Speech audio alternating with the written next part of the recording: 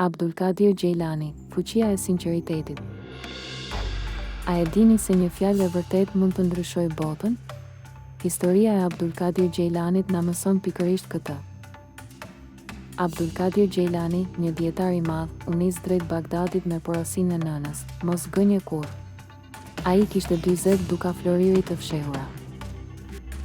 Karvani u sulmua. Kur e pyetën, Abdulkadiri tregoi të vërtetën për Florin. Hajdutët u habitën nga sinqeriteti i tij. Fjalët e Abdulkadirit prekën zemrën e udhëheqësit të hajdutëve. Ai u pendua dhe ndryshoi jetën, duke kuptuar fuqinë e fjalës së dhënë. Kjo histori është një mësim fetar dhe edukativ për familjet, të rinjt, besimtarët dhe prindërit. Është një tregim para gjumit që nxit diskutime familjare dhe fjalime motivuese.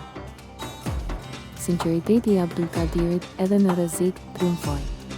Ndershmëria është më e fuqishme se çdo frikë. A jeni gati të zgjidhni sinqeritetin çdo ditë?